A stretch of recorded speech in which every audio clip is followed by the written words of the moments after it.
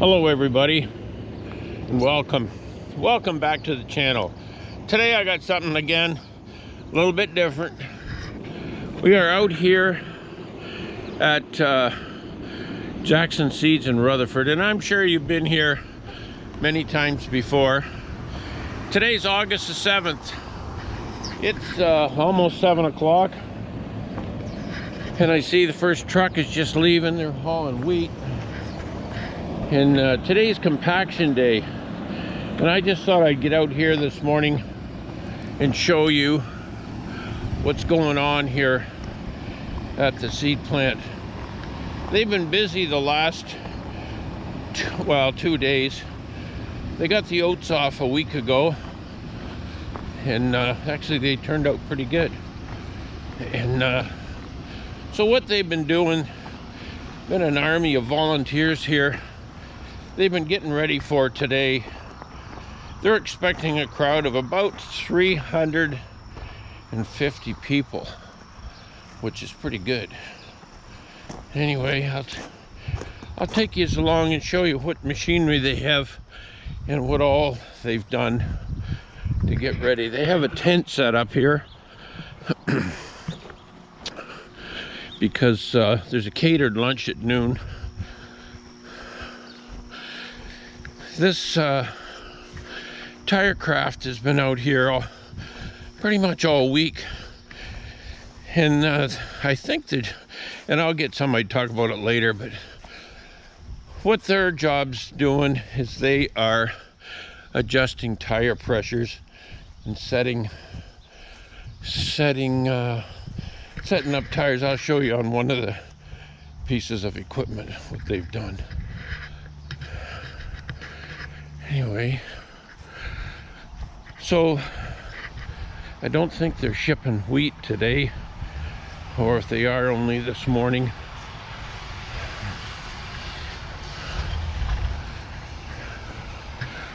Everything takes place pretty much, well, Johnny on the spot. There's a lot of equipment here, and it's kind of been donated or whatever by various people.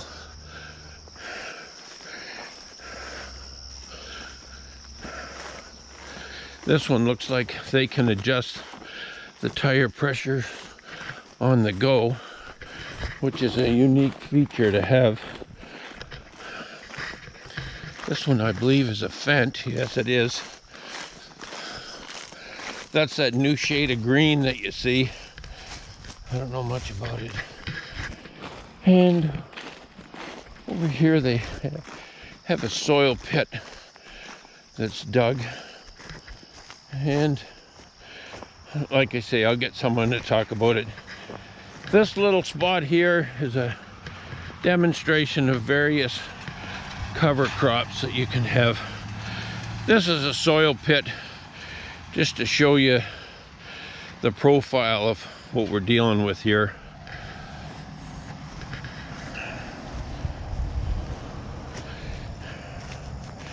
And someone will be talking about that later.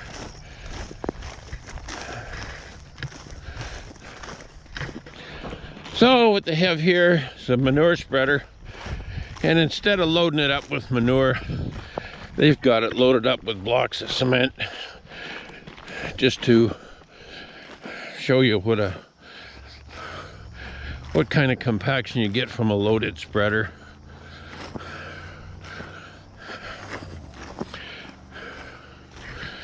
This is a side dressing machine. It's probably full of water, I don't know.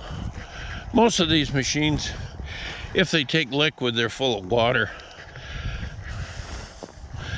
This is somebody's air seeder. Now this is a tomato wagon, and I thought they were going to load it somehow. I don't know. No-till drill, 4250. Most of this one is loaded. What they've done is they've pulled under the spout at the elevator and loaded anything that they can load with grain. They have And that is a 1,300 bushel grain buggy, and it's loaded with wheat. This tractor obviously is going to show you the difference, what tracks will do for you. This is a bean planter, I believe, or a corn planter. Oh, the old robot. And now I don't know whether these fertilizer spreaders are full or not. I kind of won't think so. And maybe they are. I don't know if they've got a customer waiting. There's a grain buggy right full. It's on tracks. And I think that's what they're trying to do, show you the difference between tracks and tires. Another grain buggy. And a liquid tank. Over here, got a couple of combines. Got a 1666. This is a 9X1100 with a 50-foot draper. And it's on tracks. This is, I've never seen one of these before.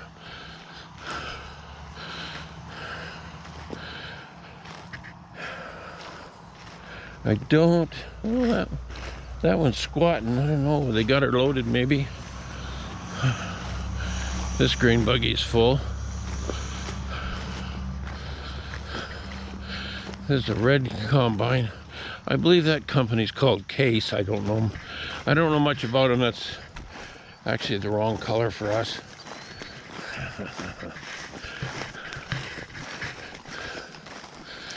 This is a sprayer. What they've done with it, they got the big, what we call the big tires on this side, and I don't know whether it's full or empty, doesn't matter. And then on the other side they've got the skinny tires, and what they'll do is show the difference between skinny tires and fat tires. And I don't know, this is probably a load of wheat and a 2-track. They've set up a grandstand over here. Anyway, that's about it. I just wanted to get out here this morning before anybody got here, just to show you the equipment, because with 350 people around, it's hard to get permission from everybody to film them. So that's about it. When they talk about compaction, there's a lot of compaction in this field from all this equipment going across here. And we'll probably see that next year in the bean field. But we'll get her ripped and whatnot.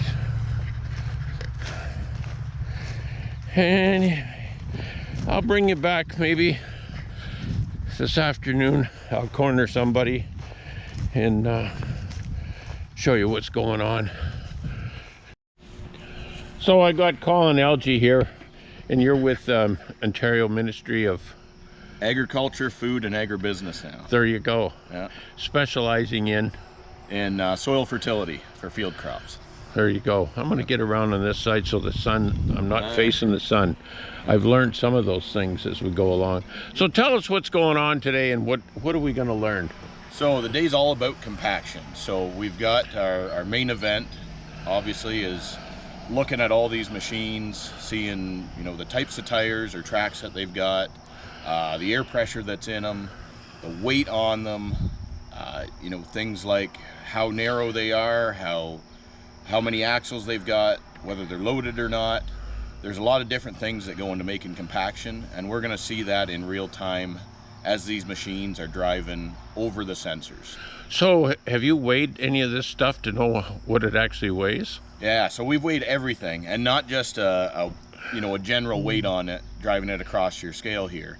what we've done is we've taken mobile scales and put every single wheel over a scale to figure out what weight is going down in that individual wheel, because it can differ vastly between the 4 wheels on a tractor or Terragator Or combine. Combine, exactly. And I see you've got one combine out here with tracks on. Yep. See if that makes a difference. Yep, absolutely. And most of the equipment, as I've seen, is loaded with either wheat or water or cement or... Yeah, so we want it to be, real life field conditions. Sure, you're pulling into the field with an empty combine, but at some point that combine's going to be full, and that's when it's going to be doing the worst compaction. So we want it as real as possible. That's the plan at the end of the day, is to have the combine full. Full is better than not full. Okay, Colin, that's great. What else? Yeah, so that's our main event, but we've also got a few different stations looking at how that compaction affects the soil, different tire technologies, and how they all affect how much compaction gets down there. And then looking at cover crops as a way to maybe help alleviate some of that compaction over time. So I looked at this one spreader out here. Has it got variable pressure on the tires? I see lines going down. Yeah, yep. So there's a few different items here that have the central tire inflation system. And what that does is it allows you to go down the road with the right pressure for road travel. But pulling into the field where you don't want that compaction, you can drop that pressure and be applying whatever you're applying in the field at the field rated pressure. There you go. Compaction that way. That's great. What else? It's going to be a full day, lots of learning. We've got all kinds of different machinery. We've got a fantastic lunch coming up. I was going to say that's the highlight of the whole. That's why everybody's coming. You can't beat Burns, I tell you. You can't beat Burns. But no, it'll be a great event. We're looking for somewhere around 300 people, I believe, are coming today. So it's a lot of work getting ready. It is. Like, you guys have been here for the last 2 days and putting in full government days. Full real person days. Yeah, real person. Yeah. Yeah. No, there's a pile of planning that goes into it. Everything from lining up porta potties to actually getting the machinery here, making sure we've got a way of getting it loaded, which Jacksons have been fantastic helping us out with. And it's been an absolute blast. This is a good spot right on the highway. And special thanks to Babula Auctions for the parking. Absolutely. That's a big thing. I don't know where we'd put all these cars without Babula's. Yeah, no, Babula's been fantastic, just helping out with the parking, making sure we've got a way to get people through without traveling on the road. So it's been absolutely fantastic to work with. And I see he's got an auction coming up. The equipment's starting to show up. Yeah. I'm just wondering, are people thinking it's maybe on this side of the fence? Well, I don't know. Yeah. Anyway, thanks, Colin. Yeah, thank you, Dennis. And we'll see what goes on today. Maybe I'll learn something. It'll be a blast. Okay, it's kind of the end of the day, and I'm here with Peter Johnson, aka Wheat Pete. How are you, Peter? I'm awesome, Dennis. Thanks so much for asking. Thanks for coming today. It was an awesome day. We had perfect weather. Yeah, perfect weather. Got a little hot this afternoon, but yeah, it's the summertime in Ontario. Heat is what you should expect. You can't have everything. No, sir. So what did we learn today? I think we learned a whole lot of things. I think we learned that compaction is a very insidious yield robber. I think we learned that it's complex. I think we learned that there are things we can do about it. There's new technology, as I mentioned in our presentation. This is the third time in my long career that compaction has cycled. The first 2 times we talked about it, we didn't really have an answer. Now we have some answers. Better tire technology, central tire inflation systems. We can move to better cropping systems. We can do better drainage. There are solutions now that didn't exist before, and I think that's really powerful. And tire type makes a big difference. Yeah, tire type, absolutely. That was one of the stops. We talked about it at our stop as well. If you can move to VF tires, which are, VF stands for very flexible sidewall, and what that means is you can get more of the tire on the ground. When you get it more tire on the ground, you can reduce your tire pressure, you can reduce the amount of compaction that you create. There's always limits. I mean, if you get big enough, heavy enough equipment, you're still going to cause compaction. We've proved that today. Weight is weight. Exactly. And something has to carry that weight. So there are limits, but we still can do a lot better today than we could have 5 years ago. So how many times have you done this? So I believe this is the 10th compaction, either the 9th or the 10th compaction day that the Ontario compaction team has put together. And all over, like on sand soils in Northern Ontario, we did Rainy River last year. And so there's a whole range of different soil types, different conditions. Every time we do it, it's different conditions. And so I think that's really powerful information. The people here today, a lot of them, this soil type would probably relate to them better. But with your listeners, you're going to have people on sand soil that say, well, that site at Rutherford, that means nothing to me. It's concrete. Exactly, it's concrete. Well, we did one at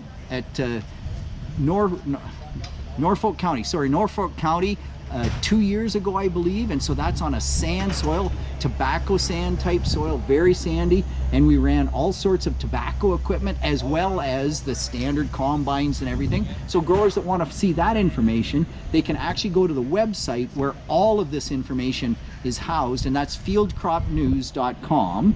And if you want to Google search it, it's just Google search Field Crop News Compaction, and it'll take you right to the site. The data from today won't be available immediately. It takes, Dennis, it takes just a little bit of time. Yeah, to put it together. Work, and there was a lot of information today. And it's not just today. We ran all the equipment yesterday. So we didn't run all the equipment today because there just wasn't time. But everything that was here, thanks to the sponsors who brought that equipment, who helped fill it with grain or fill it with water, and all of that information will be up on Field Crop News in the near future. And that's something too, by moving this around the province, you get different types of equipment. Like, not everybody will have an X9 or a 1200 bushel grain buggy or a tractor on tracks. Right, exactly. So I think this is the first time we've ever run the X9. I'm not sure it was available the last couple of times, or at least we didn't have one. But I mean, we had Lexion combines before. So, I mean, everything is there at different locations. And you're right, there's different equipment out there that pertains more to a particular area. Some are more forage based, so we have forage equipment. As I said, the Norfolk one, we had some tobacco equipment. By the way, we did run today yesterday, which we forgot to talk about, but there will be some tomato people that are listening that are kind of going, well, what about my tomato wagon? We ran a tomato wagon yesterday. They needed it for harvest today, but if you can imagine, a tomato wagon is about the exact same compaction as a gravity box. We ran the gravity box today, but the tomato wagon data will be up on Field Crop News when all of this information gets posted. Because you did it yesterday. We did it yesterday. Loaded. It loaded, exactly, yes. Yeah, and that's what I was thinking about as far as going on the website, because there's a lot of vegetable guys that can't come today that compaction means a lot to them. Absolutely. And I'm thinking the tomato guys especially, cucumber guys, the tomato guys especially, because they're dealing with a lot of tons and sometimes in very wet conditions. And that makes a big difference. Oh yeah, 100%. The wetter the soil, the more prone it is to compaction until it's underwater. Interestingly enough, once it's underwater, there's no airspace, so you can't compact a fully saturated soil. But either way, the wetter the soil for the most part, the worse the compaction. So yeah. Great. Well, thanks, Peter, for taking a minute to talk to the listeners. Dennis, thank you so much for having me. Thanks for coming to the Compaction Day here in Rutherford. And to those listeners, man, pay attention, check your tire pressure, know the weight of your equipment, know your speed, and let's do as much as we can to reduce compaction. Great. Thanks a lot. Thank you. And with that, I think that's gonna about do it for this video. I want to thank you for taking the time to watch, and if you'd give us a comment and a like, that'd be great, and I'll catch you on the next one. Digging in the dirt. Digging